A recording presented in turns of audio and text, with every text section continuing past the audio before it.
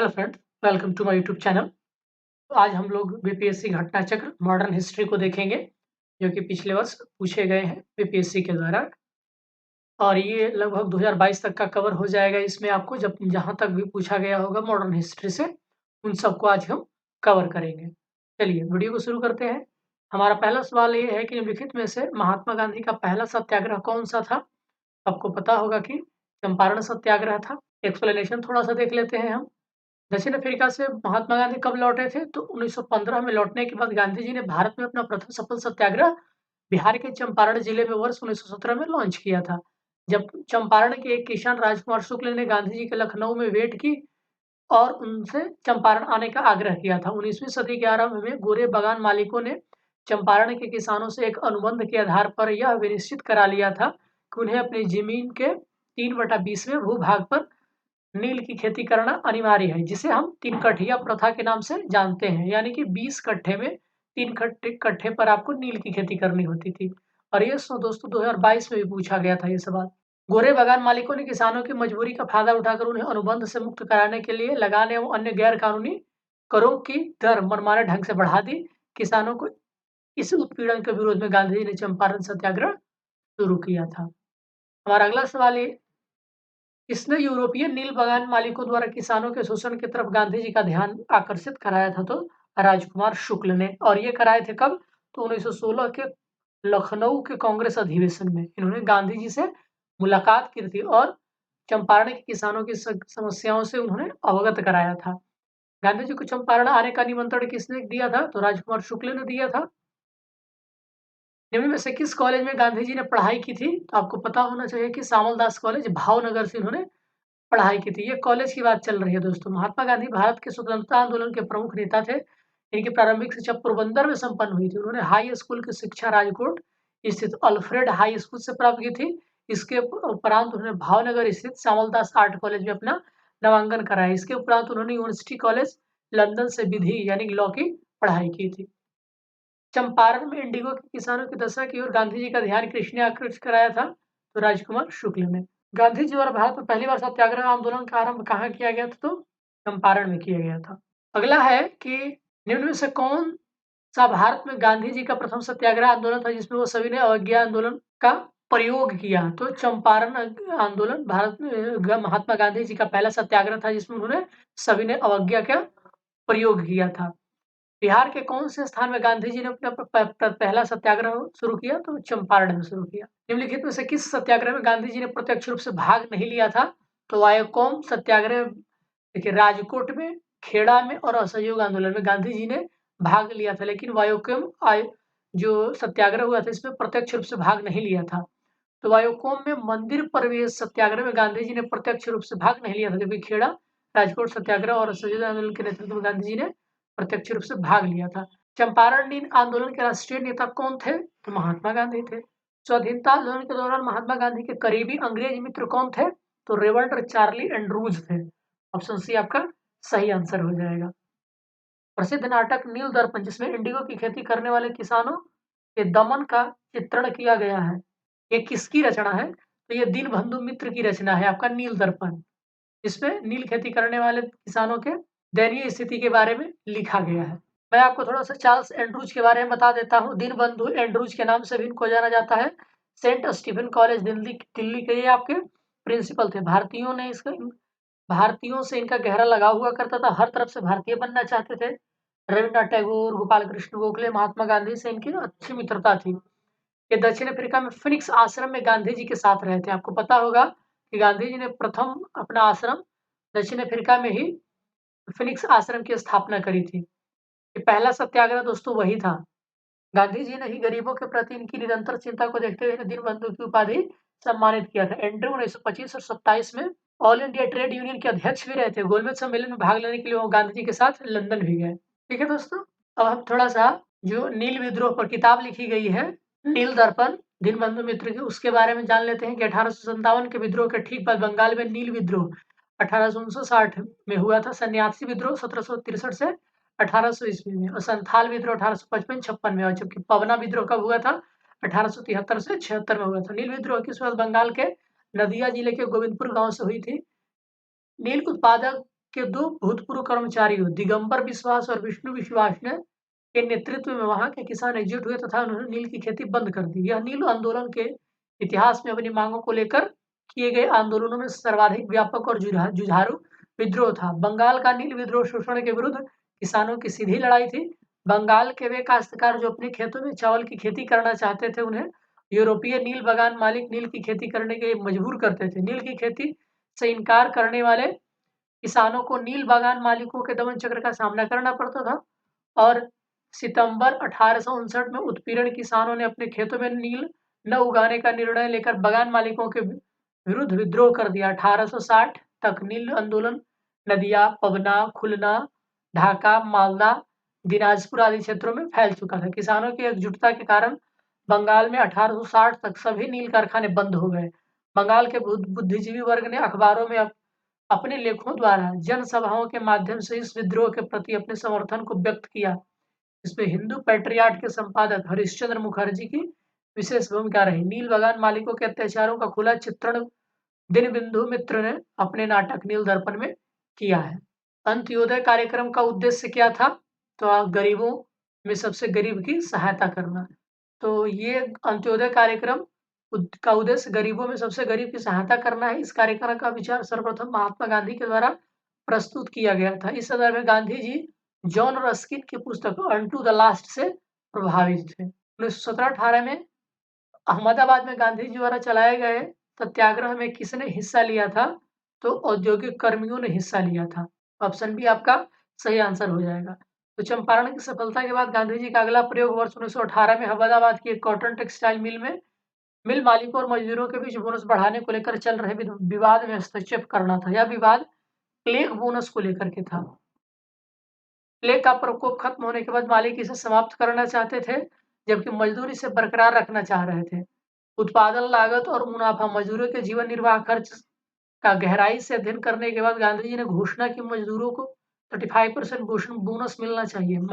मिल मालिकों द्वारा गठित ट्रिब्यूनल ने इसकी बात मान ली। निम्न उद्योगपतियों में से कौन से व्यक्ति लंबे समय तक एआईसीसी के खजांची रहता था? 1930 ईस्वी में जेल भी गए थे। तो जमनालाल बजाज आपका ऑप्शन भी सही आंसर हो जाएगा। तो सेठ जमनालाल बजाज गांधी जी के काफी निकट सहयोगी में से एक थे। वे भारतीय राष्ट्रीय कांग्रेस के कोषाध्यक्ष भी थे। वर्ष 1930 में जेल में गए। ब्रिटिश सरकार द्वारा राय बहादुर की पदवी त्याग कर 1921 ईस्वी में आंदोलन भी गए थे। 1917 के चंपारण सत्याग्रह से कौन संबंधित नहीं है? तो राम मनोहर लोहिया संबंधित नहीं है। अखिल भारतीय किसान सभा का प्रथम सत्र की अध्यक्षता किसने की थी? तो स्वामी सहजानंद ने की थी। अप्रैल 1936 में लखनऊ में अखिल भारतीय किसान सभा की स्थापना हुई थी, जिसका नाम बदलकर अखिल भारतीय किसान सभा कर दिया था। और अखिल भारतीय किसान कांग्रेस की स्थापना हुई थी 1936 में, जिसका नाम बदल करके अखिल भारतीय किसान सभा कर दिया गया था। बिहार प्रांतीय किसान सभा के लड़ाकू संस्थापक स्वामी सहजानंद सरस्वती इसके अध्यक्ष और आंध्र प्रदेश में किसान आंदोलन के अगुआ तथा कृषि क्षेत्र की समस्याओं के विद्वान एनजी रंगा महासचिव चुने गए थे। फैजपुर में कांग्रेस सत्र के साथ अखिल भारतीय किसान कांग्रेस का भी दूसरा सत्र चला, जिसकी अध्यक्षता एनजी रंगा ने की थी। महात्मा गांधी ने सर्वप्रथम किस आंदोलन में भाग लिया था? तो चंपारण में। गांधी जी का चंपारण सत्याग्रह किससे जुड़ा हुआ था? तो तीन कठिया प्रथा से। बंबई में अखिल भारतीय व्यापार संघ कांग्रेस की स्थापना कब हुई? तो सही उत्तर है 1920 ईस्वी में।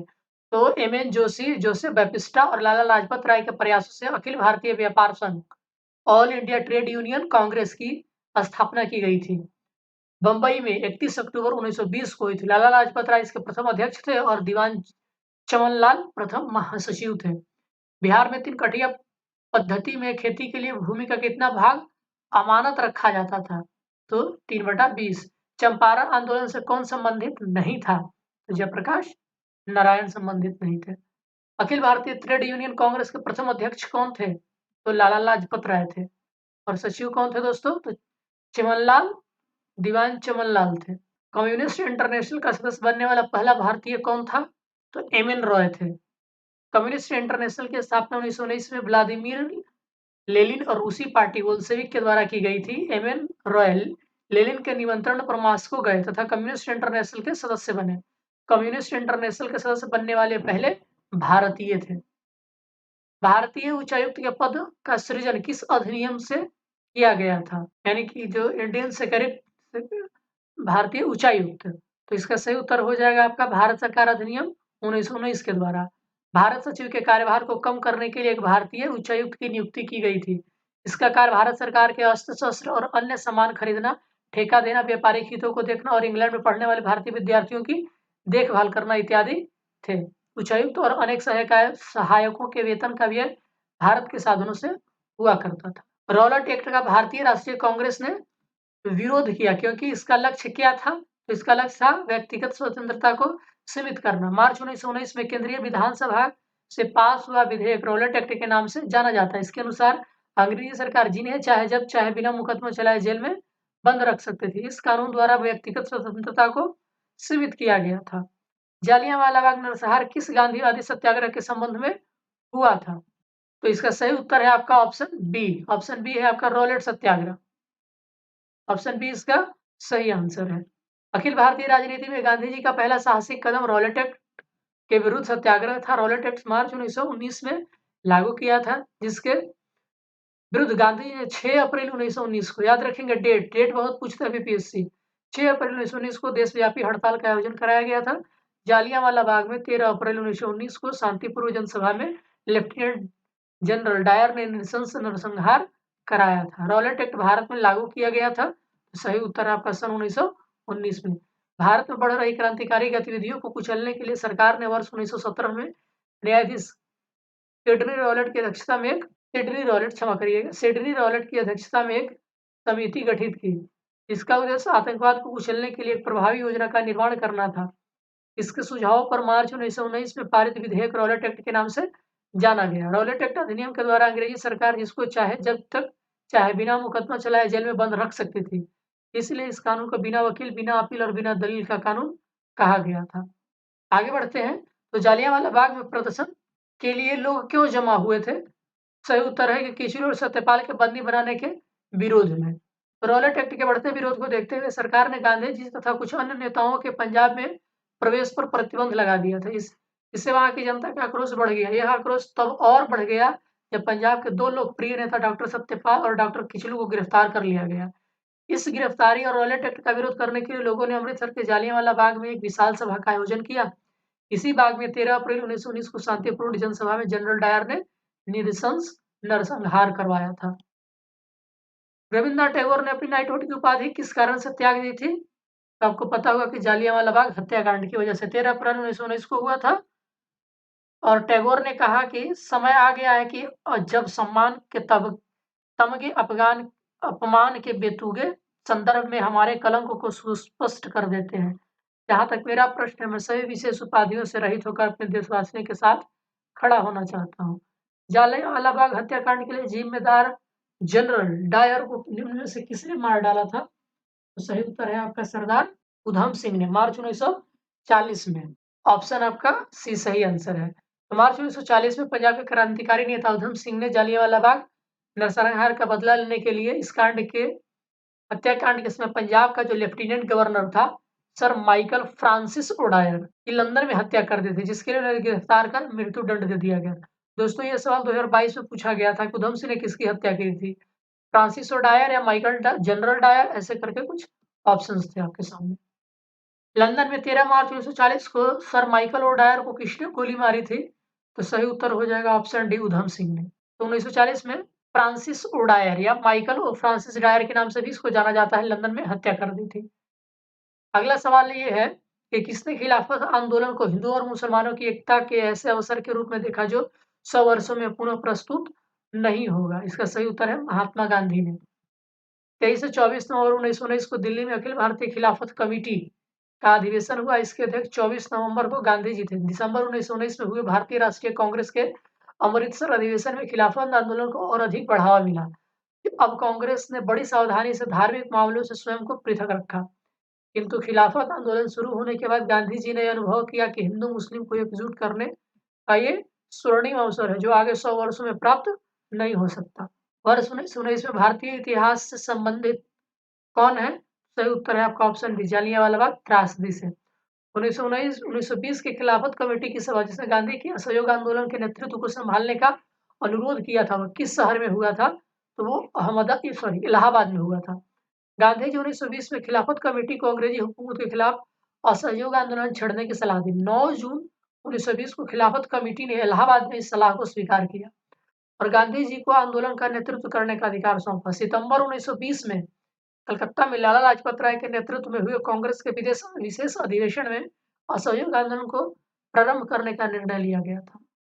अमृतसर के जालियांवाला बाग में भीड़ का दमन हुआ था 13 अप्रैल 1919 को। चलिए आगे बढ़ते हैं। तो गांधी जी के असहयोग आंदोलन में लोगों को शराब से परहेज करने का आग्रह किया गया। फलस्वरूप सरकार के राजस्व में भारी कमी आई। एक प्रदेश की सरकार ने लोगों को फिर से शराब पीने के प्रेरित करने के लिए प्रमुख व्यक्तियों की एक सूची प्रसारित की जो शराब पीते थे। उस प्रदेश का नाम बताइए। तो वो था बिहार। तो गांधी के असहयोग आंदोलन के फलस्वरूप लोगों के शराब से परहेज करने के चलते सरकार के राजस्व में भारी कमी आई थी।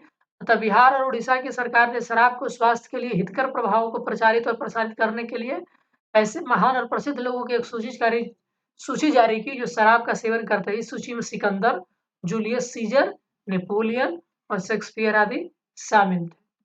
गांधी जी ने असहयोग आंदोलन कब शुरू किया था? तो 1920 में शुरू किया था। याद रखेंगे 1 अगस्त 1920 को। 1 अगस्त 1920 को असहयोग आंदोलन की शुरुआत करी थी। असहयोग आंदोलन के दौरान ही मोतीलाल नेहरू, लाला लाजपत राय, सरदार वल्लभ भाई पटेल, जवाहरलाल नेहरू और डॉक्टर राजेंद्र प्रसाद भी न्यायालय का भी बहिष्कार करके आंदोलन में कूद पड़े थे। इस क्षेत्र में राहुल सांकृत्यायन 1920 के असहयोग आंदोलन में सक्रिय थे, तो छपरा में थे ये। राहुल सांकृत्यायन, इनका जीवन काल 1893 से 1963 है। इन्हें अपनी शिक्षा बनारस से पूर्ण की। वह वर्ष 1912 में साधु बन गए और अपना नाम बाबा रामोदर दास रख दिया था। उन्होंने वर्ष 1921 में असहयोग आंदोलन में भाग लिया था। इन्हें 6 महीने की जेल भी हुई। यह असहयोग आंदोलन के समय छपरा में सक्रिय थे। वर्ष 1922 में ये छपरा डीडीसी के अध्यक्ष भी चुने गए थे। महात्मा गांधी ने खिलाफत आंदोलन का समर्थन क्यों किया? खलीफा ने क्रांतिकारियों को शरण दी थी। गांधी जी ने अंग्रेजों के खिलाफ अपने आंदोलन में भारतीय मुसलमानों को सहयोग प्राप्त करना चाहते थे। खलीफा ने भारत के स्वतंत्रता आंदोलन का समर्थन किया था। तो सही उत्तर है आपका ऑप्शन बी। गांधी जी ने अंग्रेजों के खिलाफ अपने असहयोग भारतीय मुसलमानों को सहयोग प्राप्त करना चाहते थे। एक्सप्लेनेशन देख लीजिए। तो अंग्रेजों द्वारा जो तुर्की साम्राज्य का विभाजन करने के विरुद्ध खिलाफत आंदोलन प्रारंभ हुआ था। दिल्ली में 24 नवंबर 1919 को होने वाले खिलाफत कमेटी के सम्मेलन की अध्यक्षता महात्मा गांधी को प्रदान की गई। दिसंबर 1919 में भारतीय राष्ट्रीय कांग्रेस के अमृतसर अधिवेशन में खिलाफत आंदोलन को और अधिक बढ़ावा मिला। याद रखेंगे दिसंबर 1919 में अमृतसर अधिवेशन। गांधी जी ने इसे हिंदू मुस्लिम एकता के लिए एक स्वर्णिम अवसर के रूप में देखा जो आगे 100 वर्षों में कभी प्राप्त नहीं होगा। इस घटना के बाद गांधी जी ने असहयोग आंदोलन को अपनी हिमालय जैसी भूल बताई थी। तो चौरा चौरी कांड, जो कि दोस्तों 4 फरवरी नहीं 5 फरवरी 1922 को। भारतीय राष्ट्रीय कांग्रेस के सहयोग आंदोलन किस वर्ष प्रारंभ किया गया था? 1920 ईस्वी में प्रारंभ किया गया था। असहयोग आंदोलन के दौरान किसने पटना कॉलेज छोड़ा जबकि परीक्षा में केवल 20 ही दिन बचे थे? तो Jayaprakash Narayan. Option C is the right answer. और छोड़ने के बाद वो बिहार विद्यापीठ में प्रवेश ले लिया था। ताराबंदी आंदोलन 1922 में किसके नेतृत्व में प्रारंभ हुआ था? तो ये हुआ था सरदार वल्लभ भाई पटेल के नेतृत्व में। गुजरात के सूरत जिले में स्थित बारदोली में 1928 के बाद राजनीतिक गतिविधियों का केंद्र बन गया था। बारदोली के मिडला बंधु कल्याण जी और कुंवर जी तथा दयालजी देसाई ने किसानों के समर्थन में 1928 ईस्वी में आंदोलन चलाया। बाद में इसका नेतृत्व सरदार वल्लभ भाई पटेल ने किया। पटेल का नेतृत्व में ही वर्ष 1928 में कोई कर नहीं यानी कि शराबबंदी आंदोलन चलाया था। ज्ञातव्य हो कि कर न अदायगी का आंदोलन गांधी जी ने असहयोग आंदोलन के दौरान 1922 ईस्वी में बारदोली से चलाने का विचार बनाया था, लेकिन चौरी चौरा की घटना के कारण ये योजना स्थगित कर दी थी। बिहार लोक सेवा आयोग ने त्रुटि व शराबबंदी आंदोलन की तिथि वर्ष 1928 के स्थान पर 1922 लिखा, जो कि गलत है। ये 1928 था दोस्तों। 1921 के मुपला आंदोलन की जो शाखा थी वो खिलाफत आंदोलन की थी। तो केरल प्रांत के मालाबार जिले के मुपला काश्तकारों के आंदोलन मुख्यतः लगान और बेदखली का परिणाम था। जमींदार जब जानते थे कि उन्हें भूमि से जमींदार जब चाहते थे उन्हें भूमि से बेदखल कर देते थे और जब चाहते थे मनमाना लगान वसूलते थे। खिलाफत आंदोलन में भी अपनी जड़ें जमाता रहता था। हालात ये हो गए थे कि खिलाफत आंदोलन एवं काश्तकारों की बैठक में फर्क करना मुश्किल हो गया था। इस तरह दोनों आंदोलन एक दूसरे में समा गए थे। 1920-22 के असहयोग आंदोलन के दौरान बिहार में प्रचलित मान्यताओं में से एक थी उनकी जीत होगी, क्योंकि गांधी अंग्रेजों को हराने का तरीका पता था। 1921 का मुपला विद्रोह कहाँ हुआ था? तो केरल में हुआ था। बटादाई जो कि कहते मुपला क्या थे? बटाईदार मुसलमान थे तथा जमींदार अधिकतर हिंदू थे। आंदोलन जमींदारों के शोषण के खिलाफ हुआ था। गांधी जी ने वर्ष 1918 में गुजरात के अहमदाबाद में मिलों मजदूरों की हड़ताल का सफल नेतृत्व किया और वर्ष 1920 में उनके द्वारा ब्रिटिश सरकार के साथ अहिंसक असहयोग में न सिर्फ वस्तुओं बल्कि भारत में अंग्रेजों द्वारा संचालित या उनकी मदद से चल रहे संस्थानों जैसे विधायिका, न्यायपालिका कार्यालय, स्कूल का बहिष्कार भी शामिल था। इस कार्यक्रम में देश ने जोश फूंक दिया और विदेशी शासन का फंदा काट दिया। गांधी जी ने हिंदू और मुसलमानों को भी एक साथ मंच पर ला दिया। गांधी जी का एक महामानव के रूप में उदय उनके कृत्यों के फलस्वरूप अंग्रेजी शासन में भय उत्पन्न करने का कारण और बिहार में लोगों में विश्वास पैदा किया। किस घटना के कारण गांधी जी ने असहयोग आंदोलन वापस ले लिया था? तो चौरी चौरा घाट।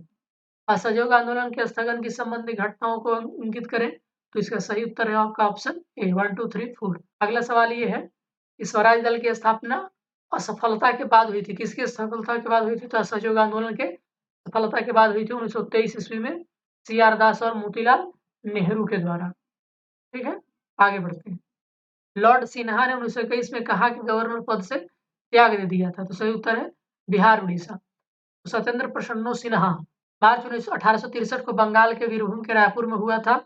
इनका जन्म 1908 में बंगाल के एडवोकेट जनरल नियुक्त होने के बाद होने वाले प्रथम भारतीय थे। वे ऐसे पहले भारतीय थे जिन्हें वायसराय की काउंसिल में कानूनी सदस्य के रूप में शामिल किया गया। वर्ष 1920 में बिहार में उड़ीसा के गवर्नर नियुक्त हुए, जो प्रशासन में उच्च पद प्राप्त करने वाले प्रथम भारतीय थे। स्वास्थ्य कारणों से उन्होंने 1921 ईस्वी में अपने पद से इस्तीफा दे दिया। मार्च 1928 में इनकी मृत्यु हो गई। स्वराज दल की स्थापना किसने की थी? तो चित्तरंजन दास और मोतीलाल नेहरू ने की थी। ठीक है ना।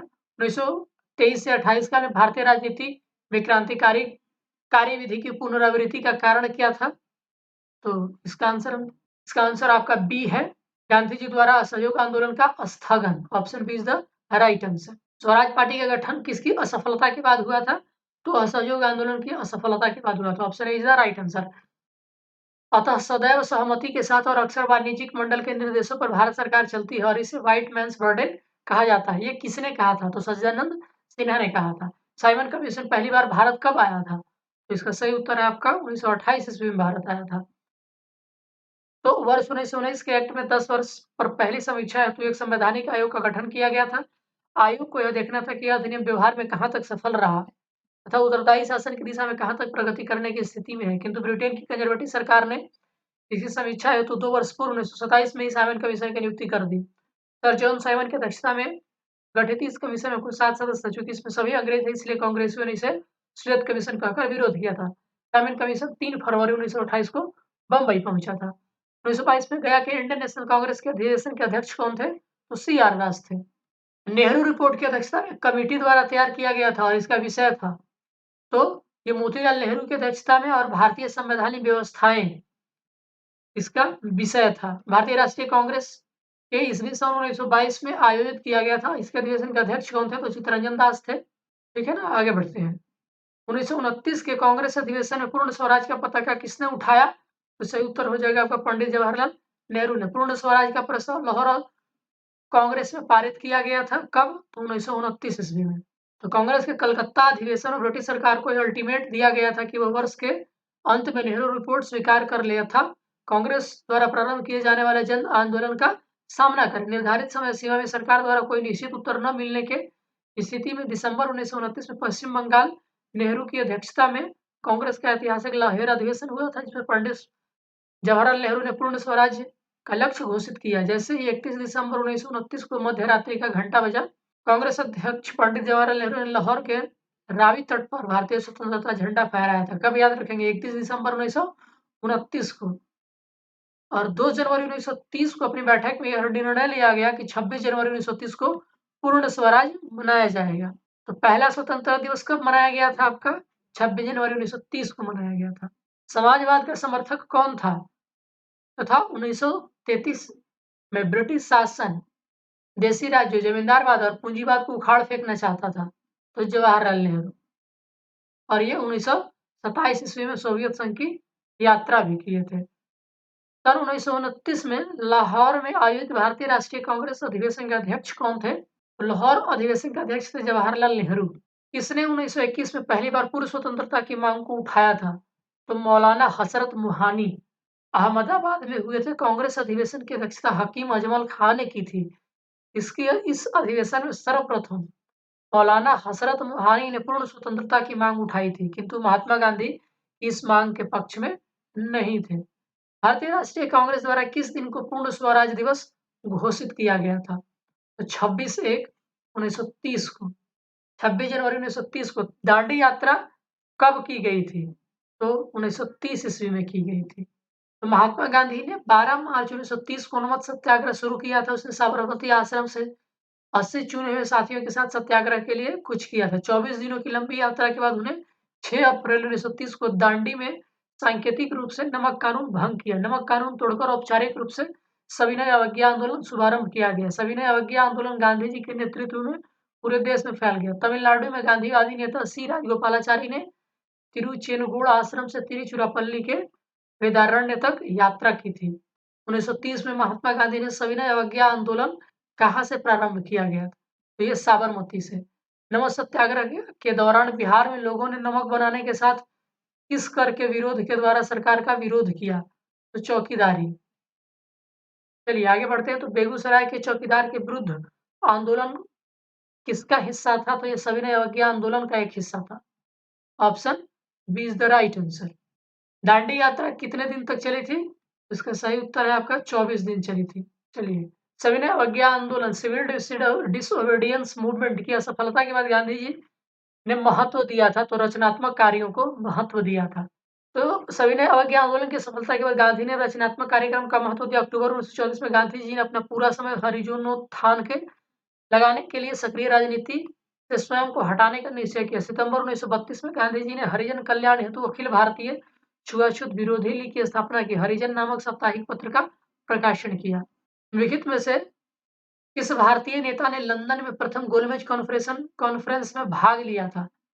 तो आपका सही आंसर हो जाएगा option A Maulana Mohammad Ali. Option A is the right answer. मई 1930 को साइमन कमीशन की रिपोर्ट प्रकाशित हुई थी। राजनीतिक संगठनों ने कमीशन की सिफारिशों को स्वीकार कर दिया। कांग्रेस के प्रमुख नेता जेल में थे। ब्रिटिश सरकार ने निराशा एवं असंतोष के कारण नवंबर 1930 में लंदन में प्रथम गोलमेज सम्मेलन बुलाया था। सम्मेलन में कुल 89 प्रतिनिधियों ने भाग लिया था, किंतु कांग्रेस ने भाग नहीं लिया था। भाग लेने वालों में प्रमुख थे शेर बहादुर तपरू, श्रीनिवास प्रसाद, मोहम्मद अली जिन्ना, मोहम्मद शफी, आगा खां, मजफुल हक, मोहम्मद अली जिन्ना, जयकर मुंजे और भीमराव अम्बेडकर तथा सुरहिंद मजीठिया थे। निम्नलिखित में से कौन सा गोलमेज सम्मेलन 1932 में हुआ था? तो तीसरा गोलमेज सम्मेलन 1932 में हुआ था। Option C is the right answer. आप एक्सप्लेनेशन देख सकते हैं, बहुत ही आसान है। तीनों गोलमेज सम्मेलन में भाग किसने लिया था? तो सही उत्तर हो जाएगा आपका डॉक्टर भीमराव अंबेडकर। भारतीय राष्ट्रीय कांग्रेस के किस गोलमेज सम्मेलन में भाग नहीं लिया था? तो पहला और तीसरे में भाग नहीं लिया था, तो केवल दूसरे में भाग लिया था। Option is the right answer. Gandhi ribbon समझौता कब हुआ था? सही उत्तर है आपका 1931 ईस्वी में। Option B is the right answer. द्वितीय गोलमेज सम्मेलन किस प्रकार असफल रहा था? तो सांप्रदायिक प्रतिनिधित्व की वजह से। और ये हुआ था 7 सितंबर 1931 को प्रारंभ हुआ था, जिसमें महात्मा गांधी कांग्रेस के एकमात्र प्रतिनिधि के रूप में सम्मिलित हुए थे। महात्मा गांधी दिसंबर 1931 को खाली हाथ कहाँ से भारत लौटे? तो लंदन से खाली हाथ भारत लौटे। तो गोलमेज सम्मेलन में भाग लेने के लिए लंदन गए थे, ठीक है ना। किंतु 28 दिसंबर 1931 को लंदन से खाली हाथ लौट गए थे और उन्हें कहा था कि यह सच है कि मालिक मैं खाली हाथ लौटा हूँ, किंतु मुझे संतोष है कि जो ध्वज मुझे सौंपा गया था मैं उसे नीचे नहीं होने दिया और उसके सम्मान के साथ समझौता नहीं किया। सांप्रदायिक अवार्ड एवं पुनः पैक्ट में क्रमशः दलित वर्ग के लिए कितनी सीटें थी? तो 71 और 147। पूना समझौते का क्या उद्देश्य था? तो सही उत्तर है दलित वर्ग को प्रतिनिधित्व देना। गांधी इरविन समझौते के हस्ताक्षरित होने में किसने महत्वपूर्ण भूमिका निभाई थी? तो तेज बहादुर सप्रू ने। वायसराय इरविन ने देश में सौहार्द का वातावरण उत्पन्न करने के उद्देश्य से 26 जनवरी 1931 को गांधी जी को जेल से रिहा कर दिया। तेज बहादुर सप्रू और एम.आर. जयकर के प्रयत्नों से गांधी एवं इरविन के मध्य 17 फरवरी 1931 से दिल्ली में वार्ता आरंभ हुई। 5 मार्च 1931 को दोनों के मध्य एक समझौता हुआ, जो गांधी इरविन समझौता के नाम से जाना जाता है। बहिष्कृत भारत जनरल किसने शुरू किया था? तो बाबा साहब अम्बेडकर ने किया था। 5 मार्च 1931 को इन्हीं से कौन-सा समझौता हुआ था? तो गांधी-इरविन समझौता हुआ था। अगस्त 1932 में रैमज़े मैकडोनाल्ड के सांप्रदायिक पंचायत के द्वारा पहली बार एक पृथक निर्वाचक समूह बनाया गया था। किसके लिए? तो लोअर कास्ट के लोगों के लिए। तो रैमज़े मैकडोनाल्ड 16 अगस्त 1932 को सांप्रदायिक निर्णय प्रस्तुत किया और इसके अंतर्गत प्रत्येक अल्पसंख्यक समुदाय के विधानमंडल में कुछ सीटें आरक्षित की गई थी, जिसमें मुसलमान और सिख, ईसाई, आंग्ल भारतीय, महिला को तो पहले ही अल्पसंख्यक माना जाता था। अब इस नए कानून के अंतर्गत दलित वर्ग को अल्पसंख्यक मानकर हिंदुओं से अलग कर दिया गया। आपने किस कार्यकारिणी कमेटी में कांग्रेस ने भू-स्वामित्व को समाप्त करने की नीति अपनाई? तो कार्यकारी कमेटी 1937 में। इस अधिनियम के बारे में जवाहरलाल नेहरू ने कहा था कि हमें एक ऐसी कार दी गई थी जिसमें सब ब्रेक थे किंतु इंजन नहीं था। 1935 के भारत सरकार अधिनियम। याद रखिएगा किसने कहा था? जवाहरलाल नेहरू ने ये बात कही थी। कांग्रेस सोशलिस्ट पार्टी की पहली बैठक कब हुई थी? पटना में हुई थी 1934 ईस्वी में। ठीक है ना? आगे बढ़ते हैं तो अखिल भारतीय किसान कांग्रेस का गठन कब किया गया था? तो सही उत्तर हो जाएगा आपका 1936 ईस्वी में स्वामी सहजानंद के नेतृत्व में। फरवरी 1938 में बिहार की चुनी सरकार ने किस कारणवश इस्तीफा दे दिया था? तो राजनीतिक बंदियों को न छोड़ने को लेकर के इस्तीफा दे दिया था। तो 1935 में भारत सरकार अधिनियम के आधार पर फरवरी 1937 में भारतीय विधानमंडल के चुनाव हुए थे। जुलाई 1937 के 6 प्रांतों में कांग्रेस अपने प्रतिनिधिमंडल गठित किए। ये प्रांत थे बम्बई, मद्रास, मध्य प्रांत, उड़ीसा, बिहार और संयुक्त प्रांत। वर्ष 1937 के चुनाव में राजनीतिक कैदियों की रिहाई कांग्रेस के प्रमुख मुद्दों में से एक था। कांग्रेस के विभिन्न राज्य सरकारों ने राजनीतिक कैदियों को रिहा करने का प्रयास किया, परंतु राज्य के गवर्नरों ने इस प्रयास का विरोध किया। परिणाम स्वरूप उत्तर प्रदेश, तत्कालीन संयुक्त प्रांत में बिहार की चुनी हुई कांग्रेसी सरकारों ने फरवरी 1938 में त्याग पत्र दे दिया। 1936 में लखनऊ में अखिल भारतीय किसान सभा का प्रथम अध्यक्ष किसे चुना गया था? तो स्वामी सहजानंद सरस्वती को। कौन सी जगह थी जहाँ अखिल भारतीय किसान सभा का पहला अधिवेशन हुआ था? लखनऊ। बिहार किसान सभा से कौन जुड़ा हुआ था? तो स्वामी सहजानंद, संकृत्यायन, कार्यानंद और अधुनंदन शर्मा सब थे, इसलिए option is the right answer. Swami Sahajanand Saraswati ने भूमि और जलमार्ग के राष्ट्रीयकरण की मांग के साथ अखिल भारतीय संयुक्त किसान सभा का गठन किया था, तो उनकी मृत्यु से ठीक पहले। तो अखिल भारतीय किसान सभा का गठन स्वामी सहजानंद सरस्वती 1936 में किया था। 1949 ईस्वी में मृत्यु के कुछ पूर्व सहजानंद ने ऑल इंडिया यूनाइटेड किसान सभा का गठन किया था। इस संगठन की मूलभूत मांग भूमि, जलमार्ग, ऊर्जा और संपत्ति के सभी स्रोतों का राष्ट्रीयकरण करना था। भारत ट्रेड यूनियन कांग्रेस के पहले अध्यक्ष थे। पहले अध्यक्ष थे लाला लाजपत राय को बनाया गया था। एन.एम. जोशी द्वारा 31 अक्टूबर 1920 को बंबई में इसकी स्थापना करी गई थी और इसकी स्थापना के कारण वर्ष 1919 में अंतर्राष्ट्रीय श्रम संगठन की स्थापना था, यानी कि इसका स्थापना श्रम संगठन से प्रेरित होकर के किया गया था।